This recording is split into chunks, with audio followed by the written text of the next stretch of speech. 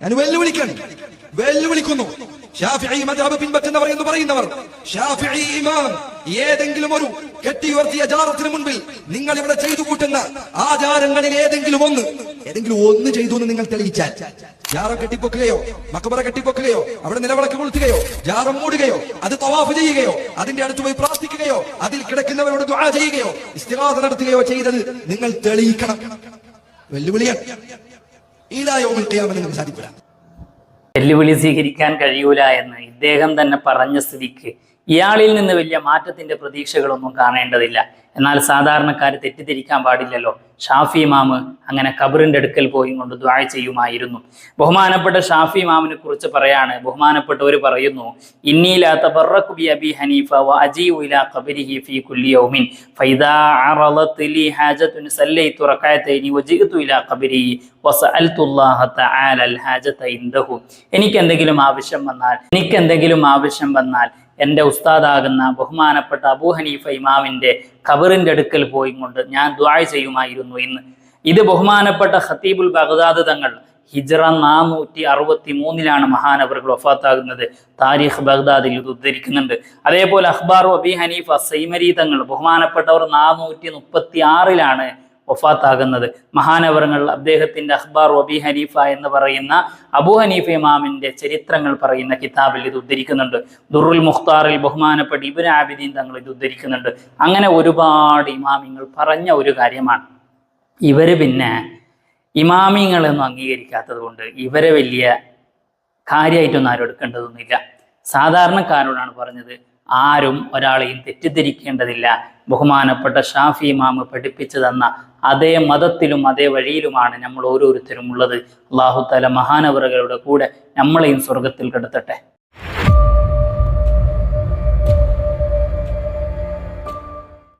അസ്സലാമു അലൈക്കും വറഹ്മത്തുള്ളാഹി. പ്രിയമുള്ളവരെ, കാര്യങ്ങൾ നിങ്ങൾക്ക് മനസ്സിലായി, അതിൻ്റെ കാര്യങ്ങൾ പിടികിട്ടി എന്നാണ് ഞാൻ മനസ്സിലാക്കുന്നത്. ഇവിടെ നമ്മുടെ മുസ്ലിയാക്കന്മാർ അഹ്ലു സുന്ന എന്ന് പറയുന്ന സമസ്തയിൽപ്പെട്ട വലിയ വലിയ പണ്ഡിതന്മാരുടെ ശിഷ്യന്മാർ പോലും യാഥാർത്ഥ്യത്തിലേക്ക് വരാൻ അവർ തയ്യാറല്ല, അതിനെ പഠിപ്പിക്കാനും തയ്യാറല്ല. ഇവിടെ അവർ സലഫികളാണ്, വഹാബികളാണ്, അവർ ഇമാമിങ്ങളെ കുറ്റപ്പെടുത്തുന്നവരാണ്, ഇമാമിങ്ങളെ ബഹുമാനിക്കുന്നവർ അല്ല എന്ന് പറഞ്ഞ് തെറ്റിദ്ധരിപ്പിക്കുന്ന അവസ്ഥയാണ്. കാരണം അത് ഇവരുടെ കച്ചവടം ഉണ്ടല്ലോ, അതിൽ ഒരു കുറവുണ്ടാകാൻ പാടില്ല. കച്ചവടം നിലനിൽക്കണം, യാഥാർത്ഥ്യമല്ല.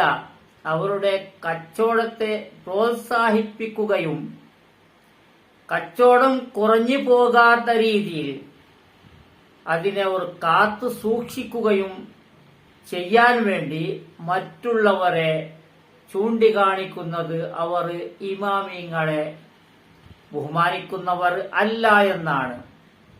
ഇവിടെ സിയാറത്തിനെ ആരും എതിർക്കേണ്ടതില്ല. സിയാറത്ത് ചെയ്യുന്ന കാരണം അത് അവിടെ സിയാറത്ത്, ഖബർ സിയാറത്ത് ചെയ്യേണ്ടത് ആരാണെങ്കിലും മരണപ്പെട്ടവർ നമ്മുടെ കുടുംബക്കാരോ അതല്ലെങ്കിൽ ഏതെങ്കിലും ഒരു വ്യക്തിയോ നമുക്ക് അഡ്രസ്സും അറിയാത്ത ഒരു ആളാണെങ്കിൽ പോലും അവിടെ നമ്മൾ സിയാറത്ത് ചെയ്ത് ദുആ ചെയ്യേണ്ടത് അവിടെ മരണപ്പെട്ട ആൾക്കാണ്.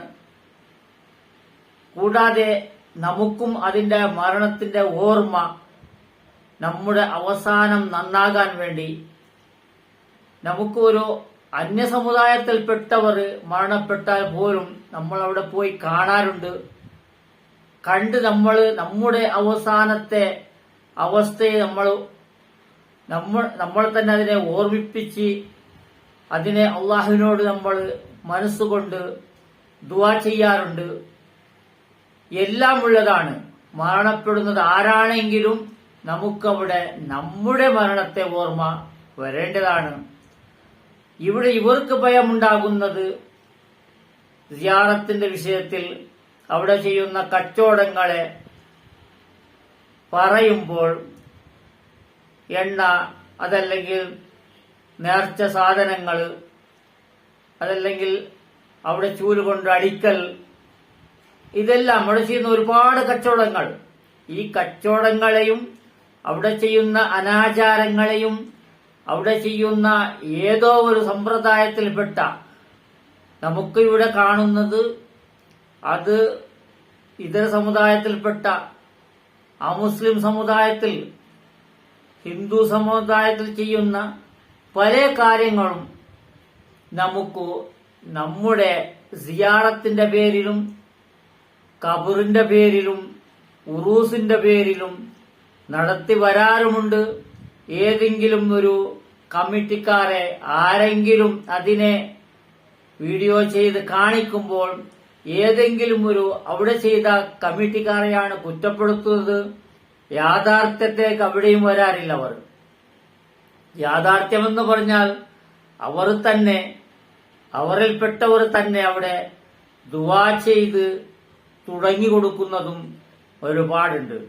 അവർ തന്നെയാണ് തുടങ്ങി കൊടുക്കുന്നത്. ഇവർക്ക് അവിടെ ചെയ്യാൻ പാടില്ല എന്നുണ്ടെങ്കിൽ അവിടെ ഇവർ തുടങ്ങി കൊടുക്കാൻ, ദുആ ചെയ്യാൻ, അതിനെ ഉദ്ഘാടനം ചെയ്തു കൊടുക്കാൻ പോകാനേ പാടുള്ളതല്ല.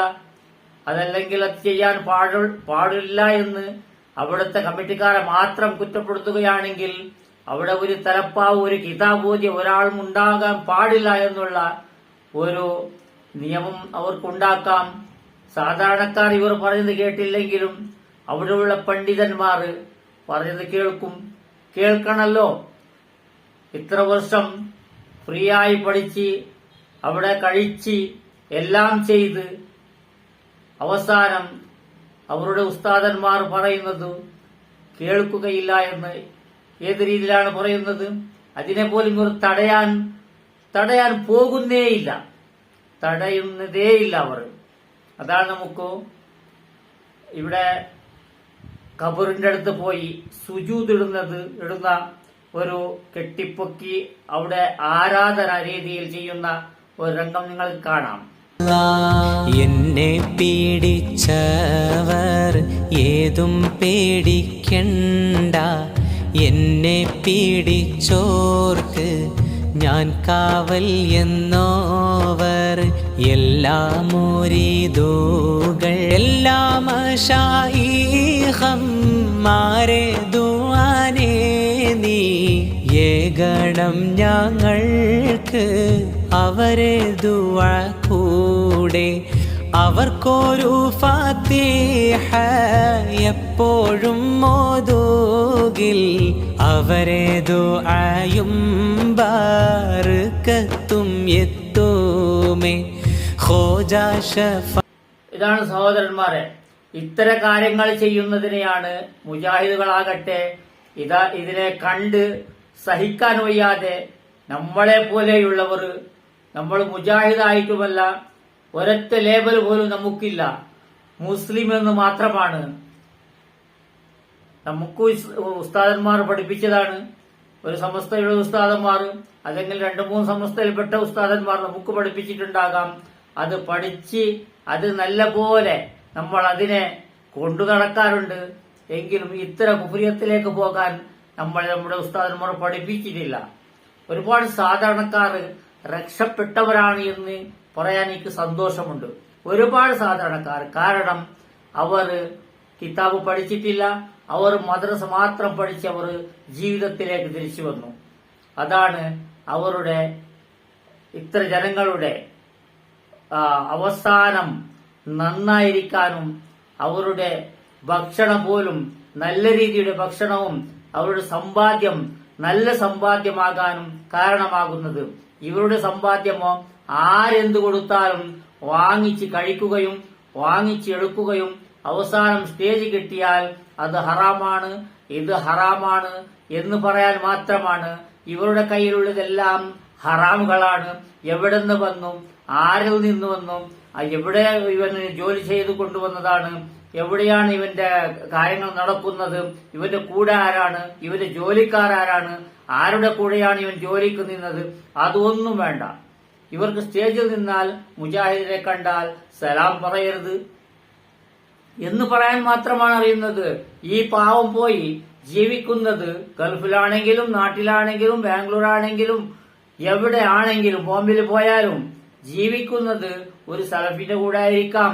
ഇവിടെ വന്ന് സുന്നി ഉസ്താദന്മാർക്ക് അതിന്റെ കാര്യങ്ങളും അതിന്റെ ഭക്ഷണങ്ങളും അവിടുന്ന് വാച്ചും അതുപോലെ ഡ്രസ്സും എല്ലാം കൊണ്ടുവന്ന് കൊടുക്കുന്നു. അതൊന്നും ഇവർക്ക് ചെക്ക് ചെയ്യാതെ അല്പം ഉയരം കിട്ടിയാൽ മതി, ഒരു മൈക്ക് കിട്ടിയാൽ അവർ വിളിച്ചു കൂക്കുന്നു. എല്ലാം നിഷിദ്ധമാണ്, എല്ലാം ഹറാമാണ് എന്ന് പറഞ്ഞ് ഓരോ വീട്ടിലും ഇവർ വിഭജിക്കാൻ നോക്കുന്നതാണ്, ഓരോ വീട്ടിലും ഡിവൈഡ് ചെയ്യാൻ നോക്കുന്നതാണ്. ഓരോ വീട്ടിലും ഇവരുടെ വീട്ടിൽ പോലും 1-2 മുജാഹിദുകൾ ഉണ്ടാകാം. എന്തുകൊണ്ടെന്ന് പറഞ്ഞാൽ ഇവർ ചെയ്യുന്ന ഇത്ര അനീതികൾ അള്ളാഹുവിലേക്ക് ജനങ്ങളെ അടുപ്പിക്കാതെ, അള്ളാഹുവിനെ മാത്രം പരിചയപ്പെടുത്താതെ ഉപ്പാപ്പന്മാരെ വിളിച്ച് ഈ 2 വർഷമോ അതല്ലെങ്കിൽ 6 മാസത്തിന് മുമ്പ് മരിച്ചു പോയ ആൾക്കാരെ പോലും അവിടെ പോയി ഇവർ ഹർജി ഇടുന്നതാണ്. നമ്മുടെ ഇന്ന കാര്യങ്ങളുണ്ട്, നന്നാക്കി തരണേ ഉപ്പാപ്പ എന്ന് പറഞ്ഞ്. അള്ളാഹു അവർക്ക് വേണ്ട, അള്ളാഹുവിനെ വിശ്വസിക്കുന്നില്ല. വെറുതെ ഓരോരു നമസ്കരിക്കാൻ വേണ്ടിയും പെരുന്നാൾ ഉണ്ടാക്കാൻ വേണ്ടിയും തക്ബീർ വിളിക്കുന്നു എന്നല്ലാതെ ഒരു കാര്യവുമില്ല. അവിടെ എല്ലാ പള്ളികളിലും ഇവർ ഓരോ മഖ്ബറ ഉണ്ടാകാൻ ഇവർ ശ്രമിക്കുന്നുണ്ട്. ഉദാഹരണം, നമ്മുടെ കൂറ തങ്ങൾ നാട്ടിൽ മരിച്ചു, അവിടുന്ന് കൊണ്ടുവന്ന് അവർ നിശ്ചയിക്കപ്പെട്ട നാട്ടിലാണ് അദ്ദേഹത്തെ അടക്കിയത്. കുറച്ച കാലം അദ്ദേഹം അവിടെ മന്ത്രിച്ചു കൊടുക്കാറുണ്ടായിരുന്നു. അവിടെ തന്നെ അടക്കണമെന്നുള്ള അജണ്ട ഉണ്ടായിരുന്നു. അജണ്ട പൂർത്തിയാക്കാൻ വേണ്ടി അദ്ദേഹത്തിന് നാട്ടിൽ നിന്ന് ഇങ്ങോട്ട് കൊണ്ടുവന്ന് അടക്കിയത്. ഇവിടെ മഖ്ബറയില്ല. പള്ളിയുടെ അകത്ത് പോയി നല്ല രീതിയിൽ അള്ളാഹിലേക്ക് നിസ്കരിച്ച് അവിടെ ദുആ ചെയ്ത് വന്ന് ഇവിടെ ചോദിക്കുന്നത് ഈ ഉപ്പാപ്പയോടാണ്, ഈ തങ്ങളോട് ചോദിച്ച് ഇവർ എല്ലാം ദുനിയാവിലേക്കുള്ള കാര്യങ്ങളെല്ലാം ഇവർ നേടുന്നു. ഇത് എത്ര ശരിയാണെന്ന് ഇവർക്ക് തന്നെ അറിയാം. ഇവർക്ക് ഇത്ര ഉണ്ടെങ്കിലേ പള്ളിയുടെ അടുക്കൽ ജനങ്ങൾ വരുമെന്നുള്ള നിശ്ചയത്തിന് വേണ്ടിയാണ്, ആ ഒരു ടാർഗറ്റാണ്. ജനങ്ങൾ വരണമെങ്കിൽ മഖാമ് വേണം, അവിടെ ഉറൂസ് നടക്കണം, അവിടെ മഖ്ബറ കെട്ടിപ്പൊക്കണം.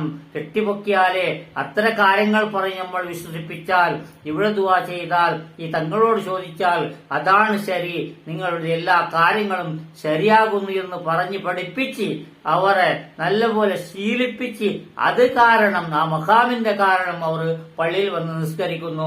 ഇത് ഒട്ടും ശരിയാണോ?